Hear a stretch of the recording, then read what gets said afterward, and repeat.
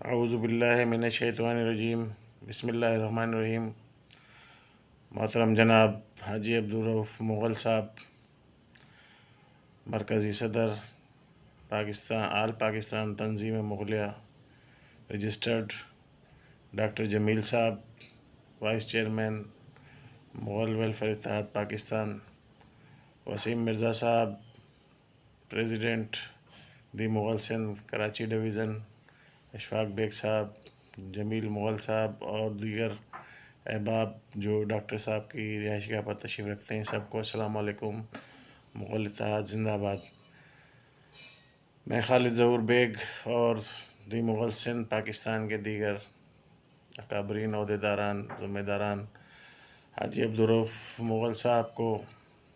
سندھ دھرتی پر آمد پر ہم دل کی گہرائیوں سے خوش آمدید کہتے ہیں، اور ان کا یہ دورہ ہم سمجھتے ہیں کہ خوش آئند ہے،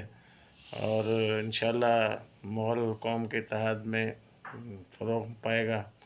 اور اس میں اضافہ ہوگا، اور یہ وقت کی ضرورت ہے۔ اور میرا تو یہ ویژن ہے کہ جس طریقے سے پنجاب میں کام ہو رہا ہے اور بڑے بڑے گیدرنگس بھی ہو رہی ہیں، تو اسی طریقے سے پاکستان کے تمام صوبوں میں، مختلف شہروں میں ٹائم ٹو ٹائم بڑی بڑی گیدرنگ ہونی چاہیے۔ اصل میں اتحاد تو ہمارا ایجنڈا ہے، لیکن اتحاد جو ہے وہ صرف ہمارے آپس میں ہی واٹس ایپ گروپوں میں ہی نہیں، بلکہ اس کو نکل کے باہر آنا چاہیے، فیلڈ میں آنا چاہیے، تاکہ اس اتحاد کو دنیا دیکھے اور سمجھے کہ مغل قوم جو ہے وہ متحد ہو چکی ہے۔ تو جب دنیا اس کو تسلیم کرے گی تو ہی ہم اور اچھے طریقے سے آگے بڑھ سکیں گے اور اپنے حقوق کی جانب جا سکیں گے۔ تو انشاءاللہ ایک لائحہ عمل طے کرنے کی ضرورت ہے کہ سندھ میں جو خاص طور پہ مغل تنظیمیں کام کر رہی ہیں ان کو سب کو ایک پلیٹ فارم پر لایا جائے، لیکن 100% تو اتفاق آج تک کہیں بھی نہیں ہوا ہے، نہ ہی کسی مذہبی حوالے سے دیکھ لیں کہ کسی مذہب میں کسی فرقے میں ہوا ہو، یا سیاسی حساب سے دیکھ لیں کہ ذوالفقار علی بھٹو اگر پیپلز پارٹی کا بانی تھا تو بھٹو فیملی بھی ساری پیپلز پارٹی میں نہیں ہے، اس کا بیٹا الگ ہو گیا اور دوسرے چاچا الگ ہو گیا، ممتاز بھٹو۔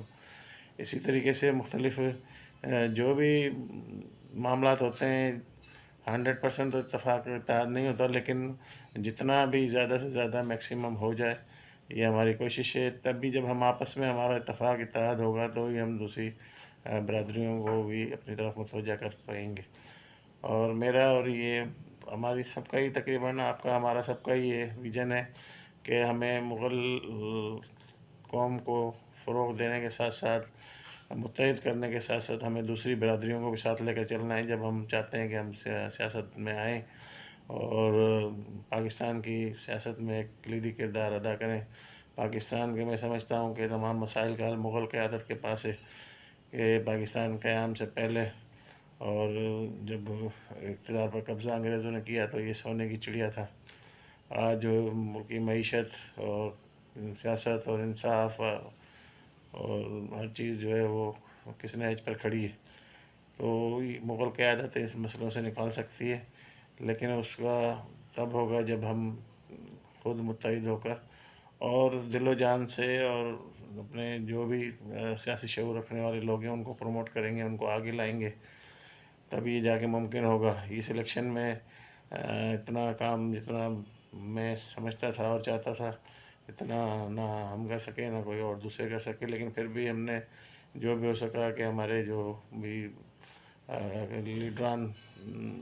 الیکشن میں اترے تھے، ہم نے کوشش کی کہ یہاں بیٹھ کر بھی ان کی کمپین کو چلایا جائے، لیکن بہرحال آئندہ الیکشن کی بھی تیاری کی جائے۔ اور ڈاکٹر صاحب کا ہمارا یہ اتفاق ہوا تھا کہ ہم سندھ کے لوگوں کو ایک پیج پر لے کے آئیں، اور اس طریقے سے پھر پنجاب کے ساتھ اور کے پی کے اور بلوچستان اور گلگت اور آزاد کشمیر سے کوآرڈینیشن کریں،